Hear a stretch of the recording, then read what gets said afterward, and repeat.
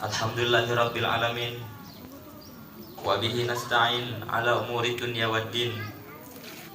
Wassalatu wassalamu ala asrafil anbiya'i wal mursalin wa ala alihi wa ashabihi ajma'in. Fa ya ayyuhal muslimuna al-kiram, usikum wa nafsi bi taqwallah la'allakum turhamun. Wa qala Allah ta'ala fi kitabihil karim, a'udzu billahi minasyaitonir rajim. Wal 'asr innal insana lafi khusr illa alladziina amanu wa 'amilus solihati wa tawashaw bil haqq wa tawashaw bis sabr. Walhamdulillahi rabbil alamin. Allahu akbar, Allahu akbar. La ilaha illallah wallahu akbar. Allahu akbar walillahil hamd. Hadirin yang dimuliakan Allah, yang menjadi kekasih-kekasih Allah, yang menjadi pilihan-pilihan Allah, yang hari ini diberi kekuatan lahir dan batin, diberikan nikmat dan karunia yang begitu besar tiada terkira, diberikan kesempatan untuk bertemu dengan bulan suci Ramadan dan mengakhirinya dengan gegap gempita kebahagiaan Idul Fitri 1 Syawal 1444 Hijriah. Hadirin kaum muslimin, Bapak Ibu jamaah salat Id yang dimuliakan dan dirahmati Allah Subhanahu wa taala. Di bawah gegap gempita rasa bahagia langit yang cerah pada pagi hari ini, kita senantiasa bersyukur dan jangan lupa tetap memperbanyak sholawat kepada Nabi Muhammad sallallahu alaihi wasallam. Allahumma sholli wa sallim wa barik ala nabiyina Muhammad. Idul Fitri yang memberikan kesan-kesan begitu besar kepada kita pagi ini, dengan berbagai macam dinamika perbedaan yang muncul dan datang, sampai akhirnya hati kita menetapkan bahwa hari ini saya ingin pergi sholat Idul Fitri, karena ada hati yang ditetapkan oleh Allah untuk sholat esok hari. Hadirin Bapak Ibu rahimakumullah, tema singkat dan sederhana pada hari ini, saya hanya ingin menyampaikan mungkin 1-2 hadis Rasulullah SAW, sehingga menyimpulkan satu buah judul sederhana, sangat sederhana, khususnya buat khatib sendiri. Ada istana di surga bagi orang yang pemaaf. Hadirin yang dimuliakan Allah Subhanahu wa taala, dalam riwayat Anas bin Malik, pada suatu hari Rasulullah SAW sedang duduk-duduk bersama sahabat. Di tengah perbincangan Nabi bersama sahabatnya, tiba-tiba Rasulullah SAW tertawa ringan sampai terlihat giginya. Umar radhiyallahu anhu yang berada di situ bertanya, "Apa yang membuatmu tertawa, hai Rasulullah?" Rasulullah menjawab, "Barusan aku diberitahu malaikat bahwa pada hari kiamat nanti ada 2 orang yang duduk bersimpuh di hadapan Allah Subhanahu wa taala sambil menundukkan kepala. Di hadapan Allah dia tak berani menatap wajahnya, bersimpuh sambil menundukkan kepala. Salah seorang di antara yang 2 tadi mengadu kepada Allah sambil berkata, 'Ya Rob, ambilkanlah kebaikan dari orang ini untukku, karena dulu dia pernah berbuat zalim kepadaku di dunia.'" Itu kata-katanya yang pertama. Jadi orang yang di hadapan Allah menundukkan kepala, salah satunya mengadu kepada Allah, "Ya Rob, ambilkanlah kebaikan dari orang ini untukku. Karena dulu dia pernah berbuat zalim kepadaku. Dulu dia pernah buat salah kepadaku. Dulu dia pernah berbuat gak baik sama aku. Dulu dia pernah berbuat jelek sama hidupku. Dulu dia pernah menghancurkan segala harapan-harapanku. Dulu dia pernah membuat aku kecewa.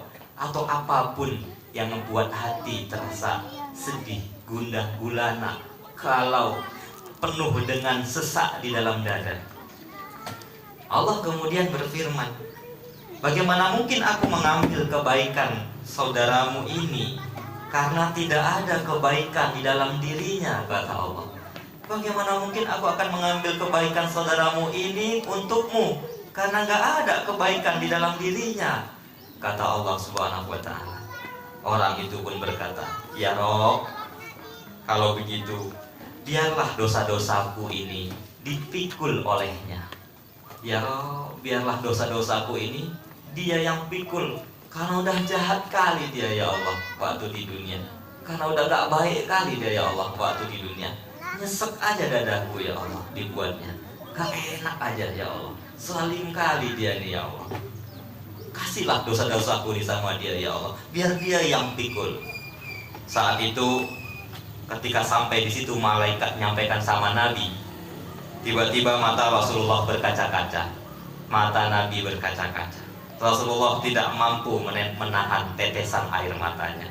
Lalu dia menangis. Lalu Rasulullah menangis, Pak. Bu, gak tahan Nabi ketika mendengar cerita malaikat yang menceritakan tentang dua orang mengadu di hadapan Allah atas satu tindakan kezaliman saudaranya terhadap saudaranya. Lalu Rasul menangis karena sampai saudaranya tadi ini minta agar dosa-dosanya dipikul sama orang yang udah zalimin dia. Nangis Nabi, Rasulullah menangis.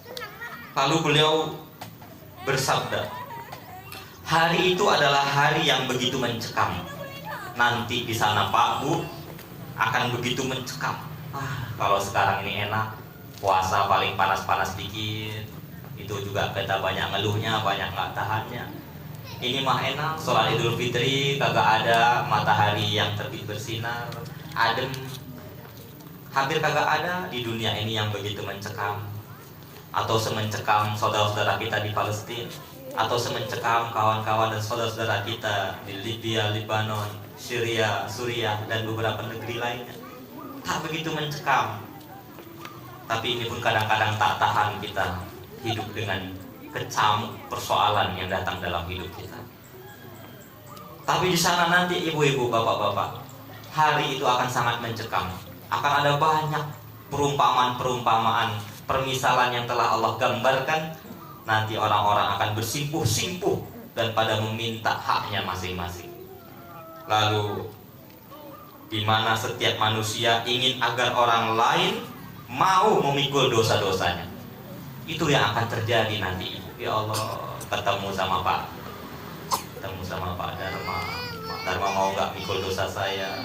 Ketemu sama Ami mau nggak mikul dosa saya? Ketemu sama Bapak, Pak mau nggak mikul dosa saya? Ketemu Ibu di ujung, Bu mau nggak mikul dosa saya? Ketemu orang di sana, Bu mau nggak mikul dosa saya? Begitulah orang-orang pada saling ingin agar orang lain memikul dosa-dosanya. Rasulullah melanjutkan kisahnya, Pak.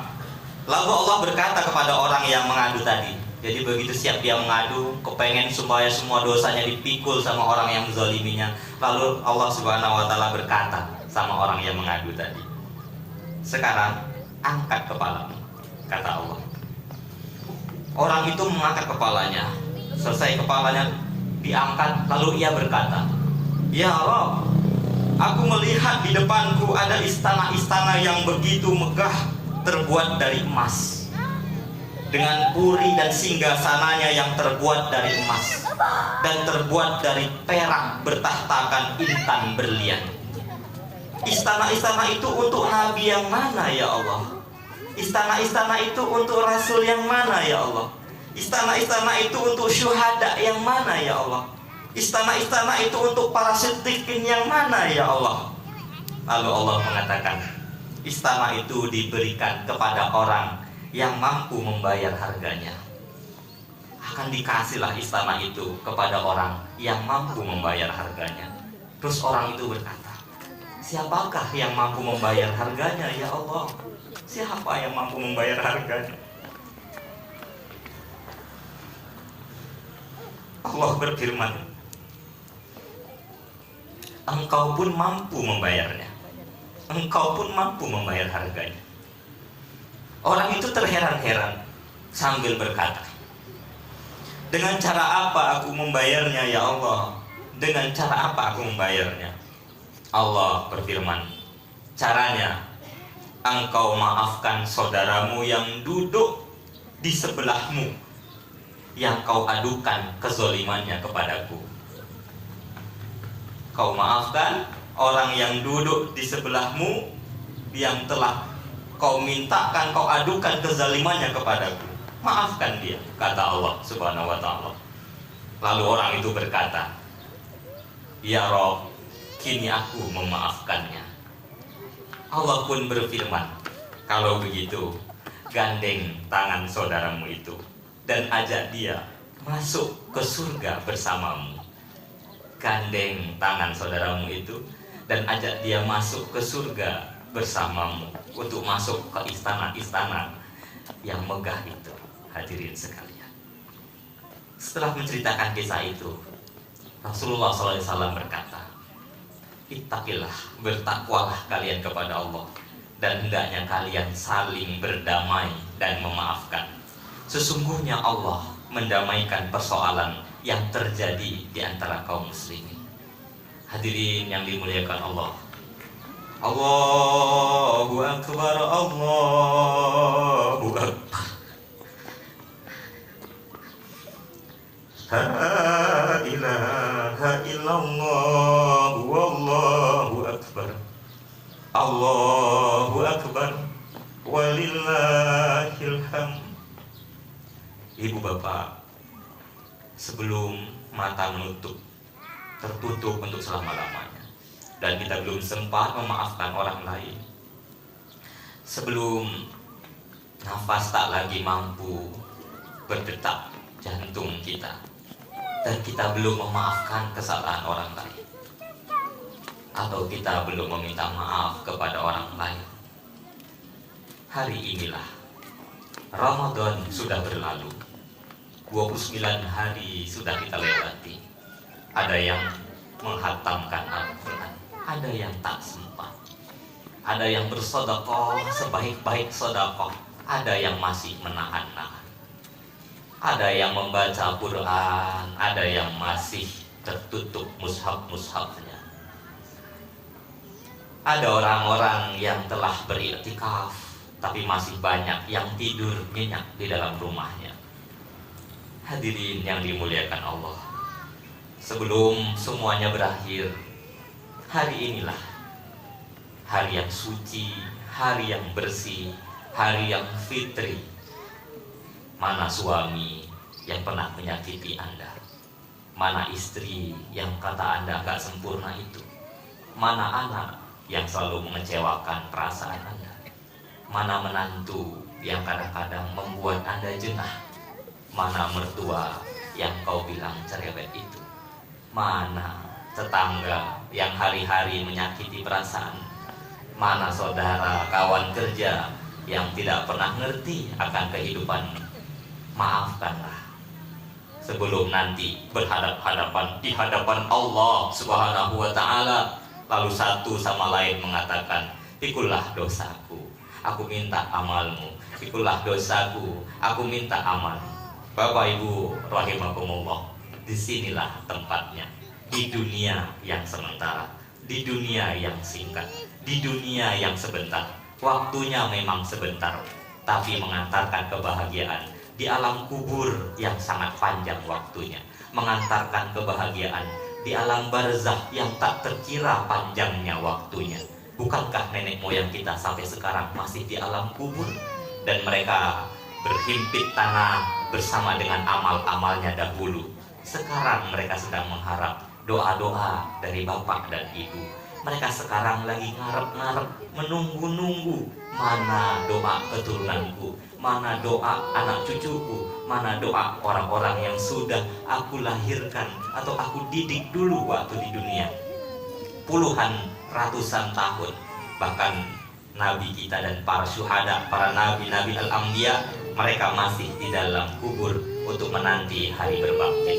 Kaum muslimin rahimakumullah, sebelum akhirnya saya sudahi tema yang sangat sederhana ini, ada hadis yang lain. Kata Rasulullah, an Abi Hurairah radhiyallahu anhu an Rasulullah sallallahu alaihi wasallam qala ma naqasat shadaqatun min malin wa ma zadallahu 'abdan bi afwin illa izzan wa ma tawadda'a ahadun lillahi illa rafa'ahu Allah. Kata Rasulullah dari Abu Hurairah bahwa Rasulullah bersabda, tidaklah sedekah itu mengurangi harta, dan tidaklah Allah menambah bagi seorang hamba dengan pemberian maafnya kepada saudaranya kecuali izzan, kemuliaan. Semakin banyak Anda memaafkan orang lain, semakin tinggi derajat kemuliaan Anda di dunia dan di akhirat.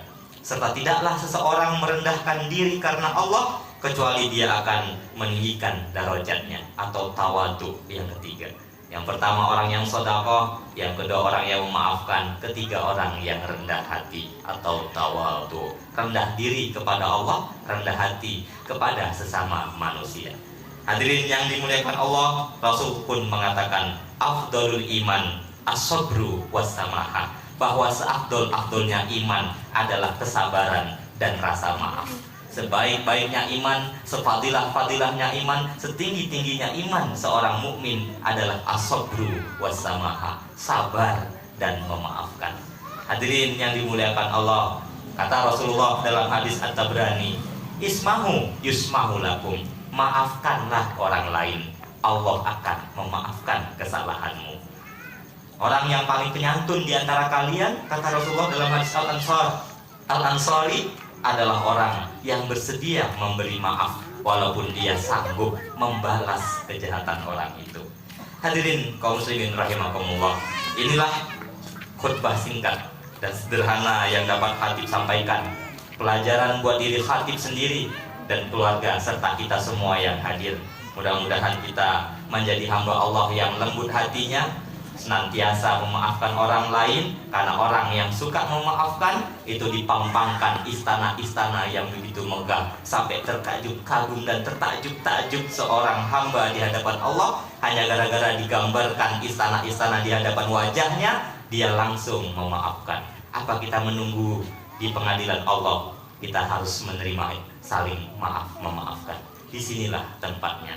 Lapangkan hati, lapangkan dada, luaskan hati, luaskan dada kita menjadi hamba-hamba Allah yang memaaf, yang pemaaf. Bukankah ciri orang takwa? Karena Ramadan membentuk orang untuk supaya bertakwa, dan ciri orang yang bertakwa salah satunya dalam Al-Imran 133 itu adalah wal afina anin nas. Mereka memaafkan kesalahan manusia. Barakallahu li wa lakum fil Qur'anil azim wa nafa'ani wa iyyakum bima fihi minal ayati wa zikril hakim. Innahu huwal ghafurur rahim. Allahu akbar, Allahu akbar. La ilaha illallah, wallahu akbar. Allahu akbar walillahil hamd. Alhamdulillahil wahidil wahdah, wala haula wala quwata illa billah. Allahumma salli wa sallim wa barik ala Muhammadin wa ala alihi wa sahbihi ajma'in. Wattaqullaha la'allakum tuflihun. Innallaha wa malaikatahu yusalluna 'alan nabi. Ya ayyuhallazina amanu sallu 'alaihi wa sallimu taslima. Allahumma ighfiril mu'minina wal mu'minat wal muslimina wal muslimat al ahya'i minhum wal amwat. Innaka sami'un qaribun mujibud da'wat wa qadiyal hajat. Taqabbal minna salatana wa siyamana wa qiyamana wa ruku'ana wa sujudana wa qu'udana wa tadarru'ana wa tahassyu'ana wa ta'budana wa tamim taqsirana ya Allah bi rahmatika ya arhamar rahimin. Allahumma inna nas'aluka ridhaka wal jannah wa na'udzubika min sakhatika wan nar. Allahumma innaka 'afuwun karim tuhibbul 'afwa fa'fu anni. Tuhibbul 'afwa fa'fu anna ya karim. Rabbana ja'alna muqimas shalah wa min dzurriyyatina Rabbana wa taqabbal du'a. Bismillahirrahmanirrahim. La yadurru ma'asmihi syai'un fil ardi wala fis sama'i wa huwas samiul alim. Allahumma inna na'udzubika minal barasi wal junun wal juzami wa min syai'il asqam. Allahumma inna dafa'ana al-bala wal bala'i wal waba wal fahsya'i wal munkar wasuyufa wal mukhtalifati syada'id al wahnan ma zahara minha wa ma batana min baladina hadza fasah min baladil muslimin. Amata innaka ala kulli syai'in qadir. Rabbana zalamna anfusana wa illam taghfir lana wa tarhamna lanakunanna minal khasirin. Rabbana la tuzigh qulubana ba'da idh hadaitana wa hab lana rahmah innaka antal wahhab. Rabbana atina fid dunya hasanah wa fil akhirati hasanah wa qina azabannar. Walhamdulillahi rabbil alamin. Wassalamu alaikum warahmatullahi wabarakatuh.